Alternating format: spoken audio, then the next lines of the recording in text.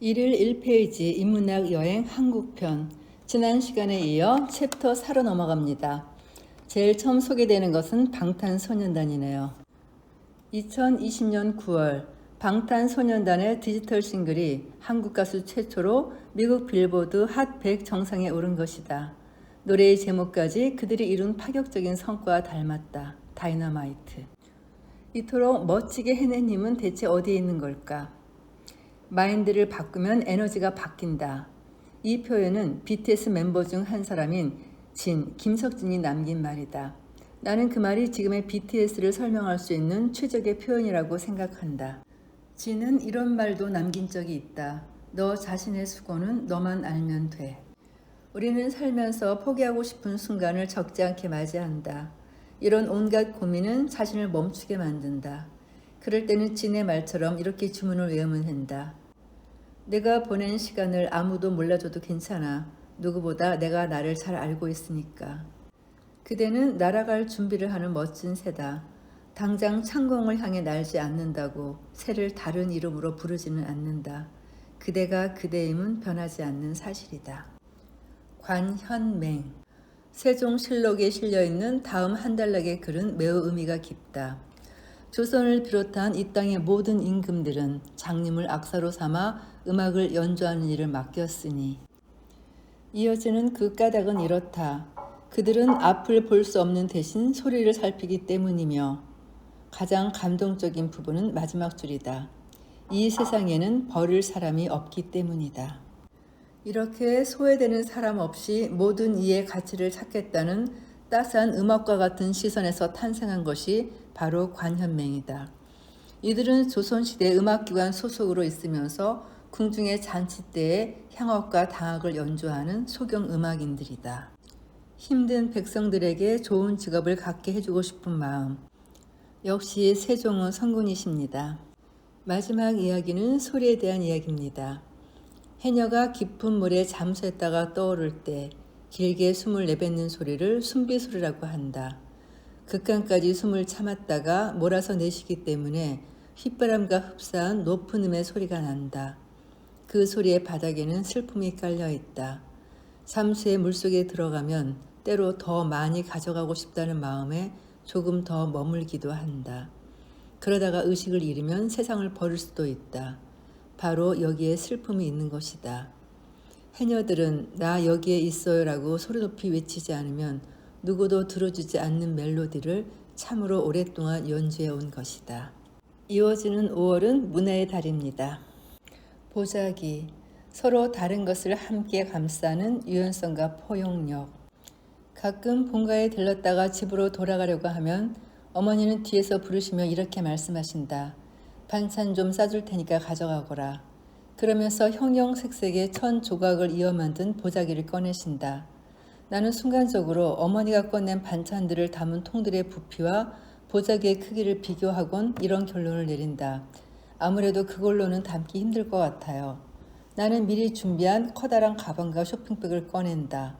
그러나 내 예상은 늘 실패로 돌아가고 어머니는 형형색색의 보자기로 그 불가능해 보이는 일을 매번 해내신다. 대체 보자기 한 장으로 어떻게 이 많은 것들을 담을 수 있는 건지 내게는 지금도 미스터리다. 사람들은 보통 위대한 책에 나오는 이야기나 시대를 뛰어넘는 대가가 하는 말만 맞고 자신의 생각은 얕거나 틀렸다고 생각한다. 이건 자기 생각의 모양을 가방이나 쇼핑백처럼 규격화했을 때 벌어지는 일이다. 하지만 자기 생각을 보자기처럼 펼치면 달라진다. 언제든 자기 내면의 공간을 자신 있게 펼치면 무엇이든 담을 수 있다는 자신감이 생긴다. 자기 생각을 보자기처럼 유연하게 만드는 데 필요한 것은 사색이다.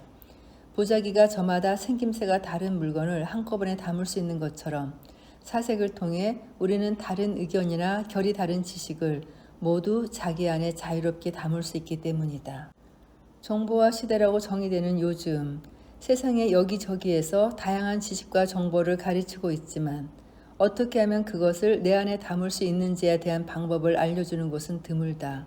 그 담는 방법의 핵심이 바로 가방과 보자기의 비유다. 겉에서 보기에 가방은 크고 튼튼해 보이지만 규격이 정해져 있어 일정한 크기를 넘어서면 넣을 수가 없다. 억지를 부리기 힘든 녀석인 것이다. 그러나 보자기는 싸려는 물건의 모양에 맞춰 변형이 가능하다. 규격이 다른 물건을 함께 쌀 수도 있다. 심지어 안팎 구분도 없어서 선택에 따라 이것이 될 수도 있고 저것이 될 수도 있는 포용력의 화신인 것이다. 보자기는 지금까지 우리나라를 이끌고 온 각각 다른 것들을 함께 포용하는 문화의 상징 중 하나이다. 무엇이든 넉넉하게 감싸주는 보자기 정신이 없었다면 큰일이 생길 때마다 수도 없이 갈라지는 의견을 하나로 모아 지금 여기까지 올 수 없었을 것이다. 그리고 그 보자기 정신의 중심에는 사색이 있다는 사실을 명심할 일이다. 결, 개성을 나타내는 독창성의 산물. 듣기만 해도 기분이 좋아지는 비단결이라는 표현이 있다. 결은 두 가지 경우에 쓰이는 명사인데 하나는 어떤 물질의 상태를 표현하는 경우로 나무, 돌, 천, 살갗 따위에서 조직의 굵고 무른 부분이 모여 일정하게 결을 지으면서 짜인 바탕의 상태나 무늬를 말한다. 나머지 하나가 더 중요한데 사람의 특성을 나타낼 때 쓰인다는 점 때문이다. 성품의 바탕이나 상태, 곱고 바르며 과단성 있는 성미가 국어사전에서 정의하는 결의 뜻이다. 결은 또 여러 가지 명사와 결합해 다른 하나의 예쁜 낱말을 이룬다. 이를테면 마음결, 숨결, 살결 등이 그것이다. 자기 마음을 드러낼 수 있는 명사에 결을 더하면 보다 쉽게 고운 마음을 전달할 수 있다. 그런데 왜 결은 발음하는 것만으로도 좋은 마음이 느껴지는 걸까? 이유는 간단하다. 결이 다르다는 표현처럼 결이란 무언가 하나에 자신의 색을 입혀 오랫동안 반복한 사람만이 가질 수 있는 독창성의 산물이기 때문이다. 결이라는 글자를 명사에 곁들여 부르면 아름다운 느낌이 나는 이유도 거기에 있다. 자신만이 추구하는 무언가를 주변의 참견에 흔들리지 않고 지속했을 때 얻을 수 있는 것이 바로 결이기 때문이다. 그러므로 자기의 결을 지키고자 하면 남들과 구별되는 자기만의 생각을 키우고 스스로 납득할 수 있는 자기만의 일을 하라. 결이 곧 그 사람이 지금까지 살아온 역사다. 임전무태. 모든 문화는 권력자에 의해서 변형된다. 임전무태는 한국인에게 익숙한 어구다. 지금도 승부를 가려야 하는 고비에서 이겨야 한다는 불굴의 의지를 강조할 때면 을에 쓰인다. 이 말의 기원은 삼국통일의 원동력이 된 화랑의 세속오기에서 비롯되었으며 그 의미는 싸움에 임하여 물러서지 말라라는 것임은 누구나 안다. 그런데 조금 더 생각해보면 불교 사상과 참 어울리지 않는 것이 바로 임전무태 정신이다. 세속오계는 신라 진평왕 때 승려 원광이 화랑에게 알려준 5가지 계율인데 충성으로 군주를 섬기고 효로서 부모를 섬기고 믿음으로 벗과 사귀며 생명을 죽이는 일에는 분별이 있어야 한다는 계율에는 수긍할 수 있지만 전쟁에서 물러설지 말라는 말은 불교적 가치와는 조금 동떨어진 것이기 때문이다. 이는 생명을 중시하는 불교 사상보다는 충성과 승리를 우선시하는 화랑 제도의 군사적 가치를 강조하는 조항이라는 생각이 강하게 들 수밖에 없다. 신라군은 대체 어떻게 자신의 소중한 생명을 이토록 쉽게 나라에 바칠 수 있었던 것일까? 물론 나라를 사랑하는 애국심도 있었겠지만 사실은 용맹한 화랑 정신을 보여준 병사에게는 사후에 벼슬을 내리고 극진히 장사를 지내는 등 보상을 내렸다는 데에서 이유를 찾을 수 있다. 이는 신라가 불교를 자국의 이익에 어떤 식으로 융합시켰는지 보여주는 결정적 장면이다. 당시는 이른바 호국 불교 전성시대였던 것이다. 텔레비전과 유튜브, 타인의 시선을 의식하는 건성건성 태도를 엿볼 수 있는 세계. 텔레비전의 확산 과정은 1970년대에서 80년대 초반까지 동네를 자주 누비던 소독차와 닮았다. 혼자 놀던 아이도 친구들이 소독차를 따라가면 뒤늦게 뛰어가서 함께 소독차를 쫓는다. 전형적인 밴드웨건 효과인데 이 현상은 사람들이 보고 듣는 것을 나도 알고 있어야겠지라는 심리의 편승에 급속도로 보급된 텔레비전과 비슷하다는 얘기다. 그러나 아무리 개성이 뚜렷하고 내면이 탄탄한 사람도 텔레비전을 오래 시청하면 점차 자신만의 색이 흐릿하게 바랜다. 텔레비전은 모두 같은 생각을 하게 만들면서 동시에 모두의 생각 회로를 차단하고 통제하기 때문이다. 텔레비전이 인간 개성을 말살하던 역할을 이제는 유튜브가 대신하고 있다. 유튜브는 기본적으로 건성건성 마인드를 심어준다. 클릭 한 번으로 바로 전혀 다른 내용의 영상을 시청할 수도 있고 한 번도 생각해 본 적 없는 분야의 지식도 알 수 있다. 이런 접근 용이성이 오히려 건성건성 배우는 법을 습관으로 만들어 버리고 만다. 이렇게 일방적으로 보여지는 내용만으로는 지식을 채울 수 없다. 보고 듣고 느낀 것을 표현하는 방식으로 우리는 최초의 말의 언어를 창조했지만 그것이 텍스트의 언어로 이제 다시 영상의 언어로 바뀌고 있다. 이 모두가 무언가를 표현하는 소중한 언어의 형태이지만 건성건성 마인드에서 벗어나고 싶다면 중간중간에 텍스트의 언어로 되돌아갈 필요가 있다. 텍스트야말로 당신에게 사색과 질문의 필요성을 깨닫게 해준다. 스스로 선택한 책을 오랫동안 읽으면 분명 전과는 달라진 나를 느끼게 될 것이다. 다이어트, 여자들의 영원한 숙제죠. 다이어트와 관련 있는 사업에 무엇이 있느냐라는 질문에 주로 다이어트 식품과 헬스클럽, 미용과 관련이 있는 각종 의료기술 정도를 떠올린다. 이 정도만 해도 매년 10조 원 정도의 시장이 형성된 상태다. 그런데 문제는 이게 끝이 아니라는 사실이다. 결국에는 다이어트에 초점을 맞춘 패션 사업과 살이 찌지 않기 위해 개인적으로 꾸미는 갖가지 식단까지 모두 다이어트 사업 영역에 있다고 볼 수 있기 때문이다. 그렇게 우리 주변은 아는 새 모르는 새 온통 다이어트에서 파생된 상품과 서비스로 넘쳐난다. 공간만 그런 게 아니라 사람의 생각까지 온통 다이어트에 사로잡혀 있다. 사태가 이렇게까지 된 데에는 실제하는 몸의 지방이 아닌 욕망이라는 마음의 지방을 빼지 못해서 그런 게 아닐까? 나는 아래의 말을 기억하며 일상에서 사람을 대할 때마다 실천한다. 금에는 금박을 입히지 않는다. 스스로 자신에게 가치가 있다고 생각한다면 굳이 다이어트라는 덫을 할 필요가 없다. 생명이 자본이다. 자연을 그대로 활용한 이대 축제.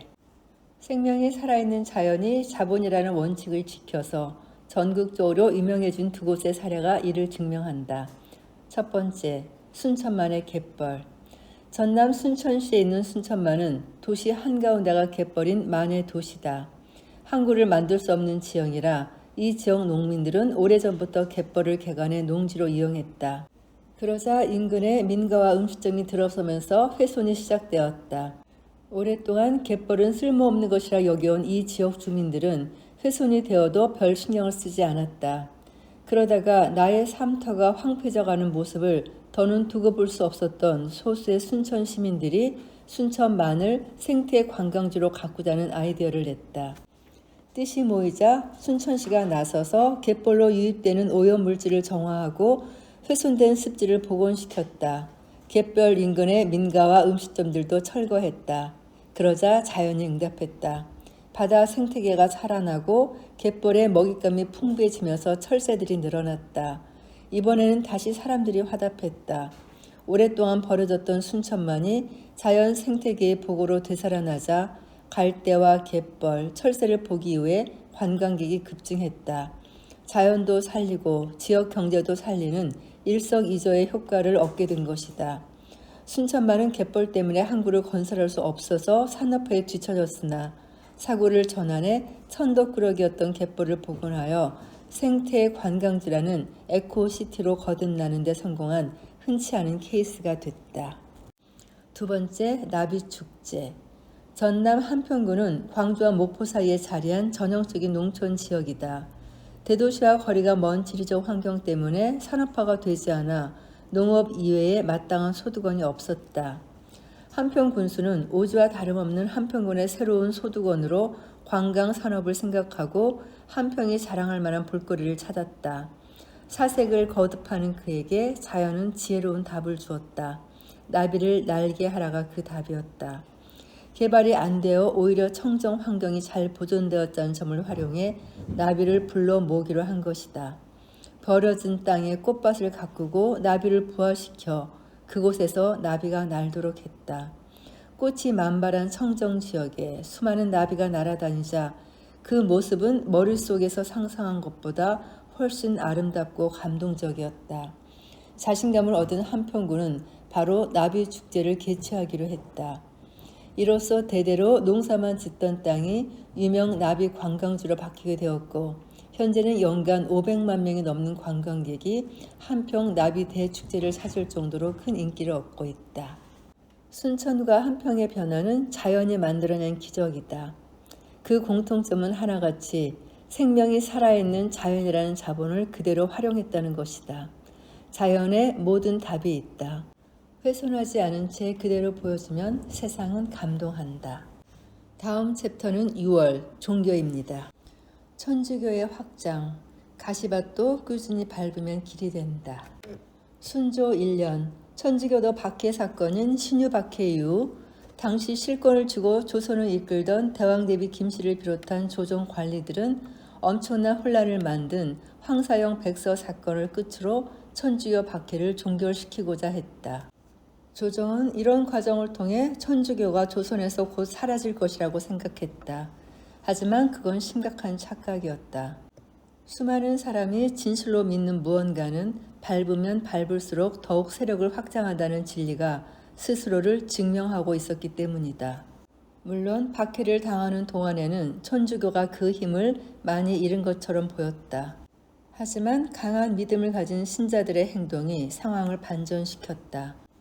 살아남은 천주교인들은 더 이상 원래 살던 곳에 머물 수 없었기에 새로운 거주지를 찾아 떠났다. 그런데 오히려 그것이 천주교가 확장되는 계기로 작용했다. 그들이 거주지를 옮기면서 그들의 발걸음을 따라 천주교가 전국적으로 퍼지게 된 것이다. 전국의 오지로 유배당한 천주교인들은 조정의 의도와는 달리 유배된 곳에서조차 신앙을 전파하면서 오히려 전국 방방곡곡을 천주교 지역으로 만들었다. 조선 조정은 신유 박해의 엄벌로 천주교가 사라질 것이라 기대했지만 오히려 천주교는 세력을 확장하며 신자들의 집단 거주지인 교우층까지 자연스럽게 형성되기 시작했다.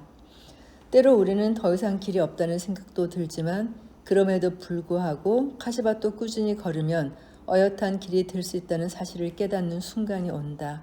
믿음을 가진 자만이 만날 수 있는 아름다운 순간이 아닐 수 없다. 이태석 2010년 내가 생각하는 가장 사랑이 많은 사람이 세상을 떠났다. 이태석 신부가 바로 그다. 부산에서 피난민들이 모여 사는 산동네에서 무려 10남매 중 9째로 태어난 그는 당연히 사는 것 자체가 고통이었다. 하지만 그는 어릴 때부터 환경의 지배를 받기보다는 희망을 가지고 아름다운 내일을 꿈꿨다. 평생 고생하신 홀어머니를 위해 의사가 되었지만 그는 의대를 졸업한 뒤 신부가 되었다. 이런 변화의 중심에는 아프리카의 오지 톤지가 있다. 수단 남부에 있는 톤지에 처음 도착한 그는 워낙 가난한 톤주 주민을 돕기 위한 많은 계획을 세웠다. 그러나 그는 곧 깨달았다. 그들에게 돈과 음식보다 더 필요한 것은 그들 곁에 오래 남아 지켜주는 한 사람이라는 사실을.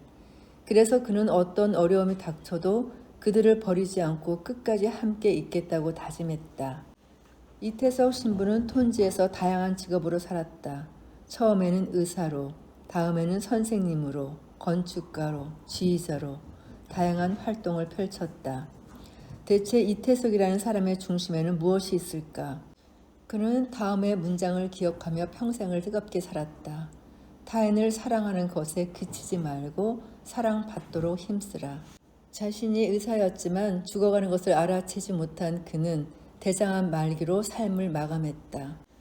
우는 것을 치욕으로 생각해서 좀처럼 울지 않는 톤주 사람들은 이태석 신부가 세상을 떠나던 날 아이 어른 가릴 것 없이 통곡했다. 그는 카톨릭 사제였으나 그의 진짜 종교는 자신이 도와야 할 사람들이었다. 그는 그 사람들을 만나기 전부터 이미 사랑했으니까. 이태석 신부의 이야기는 울지마 톤지라는 다큐멘터리 영화로도 제작되었습니다. 이헐령 비헐령 누군가의 변화를 원한다면 어떤 결론도 내리지 말라. 귀에 걸면 귀걸이, 코에 걸면 코걸이라는 말이 있다. 하나의 사실도 말하는 사람의 뜻에 따라 해석이 달라지는 경우를 비유하는 말이다. 어떤 의도가 있거나 대상에 대한 고정관념이 있는 경우 자의적으로 해석될 개연성은 더욱 커진다. 사람들은 대부분 본인이 듣고 싶은 대로 듣고 보고 싶은 대로 보기 때문이다. 상대의 변화를 이끌어내지 못하는 것이다. 상대에 대해 이미 결론을 내린 상태, 즉 상대에 대한 고정관념이 대화의 문을 막고 있으면 상대의 마음속으로 들어갈 수 없다. 진짜 지성은 나는 모른다고 자신을 비운 마음속으로만 들어가는 손님이기 때문이다. 이어지는 7월은 음식편입니다. 밥은 봄처럼, 국은 여름처럼, 장은 가을같이, 술은 겨울처럼 빚으라. 왕의 밥상. 왕은 어떤 밥상을 받을까?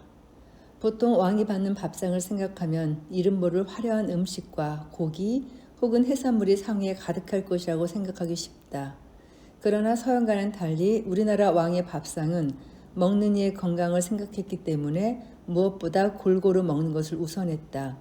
편식하지 않도록 하는 게 첫 번째 원칙이었던 셈이다. 자연의 기운과 함께 몸의 기운까지 철저하게 고려한 음양오행의 원칙을 밥상에서도 실현했는데 찬 음식과 더운 음식을 골고루 배분했고 동시에 고기와 채소 반찬의 균형을 맞춰 다양하게 섭취하도록 차렸다. 소식을 했지만 전복, 꿩고기, 버섯, 그리고 당시로서는 귀한 고추장을 좋아하는 등 귀한 음식을 원했던 영조와 고기를 좋아해서 맵기 먹었던 세종을 제외하면 따로 왕의 취향을 반영해서 한 음식만 집중적으로 올리거나 제외하는 일은 흔한 일이 아니었다. 왕은 매일 밥상을 받으며 어떤 생각을 했을까? 먹는 즐거움을 느끼기에 왕의 밥상은 너무 무거웠다. 그 밥상에는 단순히 먹어 치워야 하는 음식이 올라와 있는 것이 아니었다. 전국 팔도에서 살아가는 신선한 백성의 삶이 빼곡하게 들어선 그 치열한 공간을 보며 그들의 고민과 아픔을 느끼는 시간이었던 것이다. 사소절. 사소절은 조선 후기 실학자 이덕무가 일상생활에서의 예절과 수신에 관하여 저술한 일종의 자기 수양서다.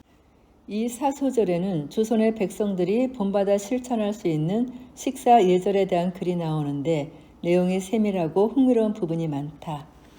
첫 번째, 쌈은 너무 크게 싸서 입에 넣기 어렵게 하지 마라. 식사할 때 볼이 커지는 것은 예절에 맞지 않다. 두 번째, 무와 배, 밤을 먹을 때는 사각사각 소리가 나지 않게 여러 번 자주 씹어서 넘겨야 한다. 세 번째, 국수와 죽, 국을 먹을 때는 갑자기 들이마셔 후루룩 소리를 내지 말고 천천히 나눠서 먹어야 한다. 네 번째, 물을 마실 때도 마찬가지로 급히 마셔서 꿀꺽꿀꺽 소리가 나지 않도록 주의해야 한다.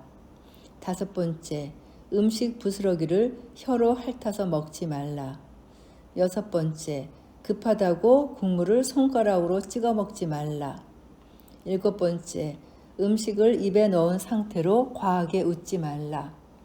여덟 번째, 음식을 먹을 때는 배에 맞게 먹어서 남는 것이 없도록 하라.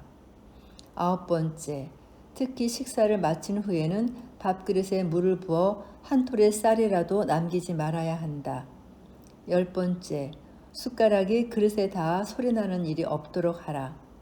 11번째, 밥알을 남겨 뜰이나 도랑 혹은 더럽고 습한 곳에 흘려버리지 말라. 너무 엄마 잔소리 같죠?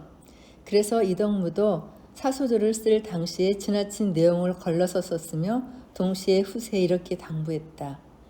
위에 나열한 책들이 쓰여진 때와는 시대가 바뀌어서 풍속이나 습관이 널리 변하여 몸과 마음에 맞지 않는 것이 있어 조심스럽게 검토하여 백성이 본받을 수 있는 소절이라 생각되는 것을 책에 실었다. 늘 그렇지만 어떤 글에서든 좋은 내용만 삶에 적용하면 된다. 식탁에서 음식을 대하는 자세가 삶에 영향을 미친다는 진리는 과거와 지금 모두 적용되는 변함없는 사실이다. 조선의 채식주의자. 생명을 대하는 기준은 어디에서 어디까지인가? 채식주의자는 먹는 음식에 따라 그 이름이 여러 가지로 나뉜다. 과일과 견과류만 먹는 프루테리언, 육식만 거부하는 비건, 그 밖에 락토 베지테리언, 오버 베지테리언, 락토 오버 베지테리언, 페스코 베지테리언, 폴로 베지테리언, 플렉시테리언 등의 단계 구분이 그것이다. 그런데 요즘 등장했다고 생각했던 채식주의를 이미 조선시대에 실천한 사람이 있다. 만년에 채식을 하다라는 의미의 만채라는 호를 사용하는 유덕상이라는 사람이다. 채식에 대해 그는 이렇게 말했다. 채식이 좋기 때문이기도 하지만 동물을 죽이는 도사를 안 좋게 여긴 뜻이 큽니다. 만채는 자신이 육식을 하지 않는 이유에 대해서 이렇게 설명하기도 했다. 살아있는 동물을 도살하면 피와 살점이 낭자하게 되니 이를 어찌 입으로 넣을 수 있는가. 차라리 먹고 싶은 것을 조금 참아서 견디는 것이 낫지 않겠는가. 오장육부 사이에 비린내와 썩은 내가 나는 고기와 향기를 바라는 채소는 서로 같지 않다. 조선시대에도 채식주의자가 있었다는 사실이 반갑기만 합니다. 평양냉면. 자극적인 맛은 전혀 없지만 부르르 떨면서라도 먹고 싶은 맛. 냉면은 한국인에게 특히 민감한 주제다.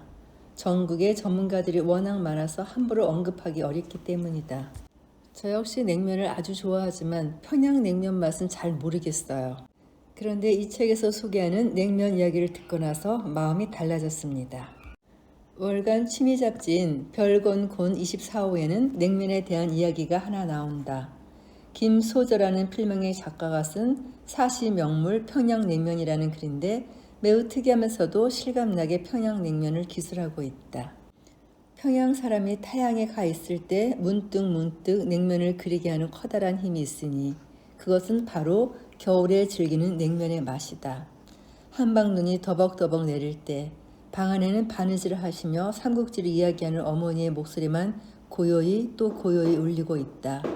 눈앞에 글자가 하나, 둘, 셋으로 보이고 어머니 말소리가 차차 가늘게 들려올 때 국수요라는 큰 목소리와 함께 방문을 열고 들여넣는 것은 타레타레 지은 냉면이다.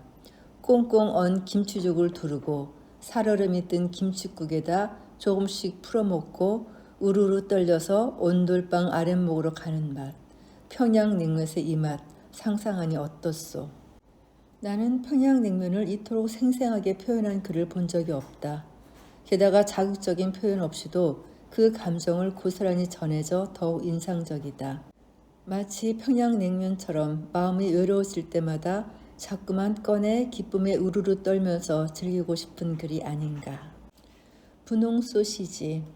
분홍 소시지를 붙이면 모든 싸움이 멈춘다.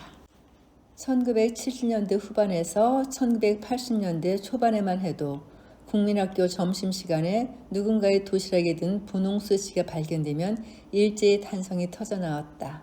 와, 분홍 소시지다. 나 하나만. 지금은 이해하지 못할 이야기지만 그때는 모두가 가난했고 분홍 소시지만 해도 귀한 반찬 중 하나였다. 분홍 소시지에는 다양한 재료가 들어가지만 가장 많은 것은 생선살을 으깬 연육과 밀가루다. 최근에는 어육이나 수육의 함량이 매우 높은 고급 분홍 소시지가 시판되고 있는데 부드럽고 깊은 맛은 있지만 예전에 먹던 맛과는 전혀 다르다. 진짜 소시지 맛이 나기 때문이다.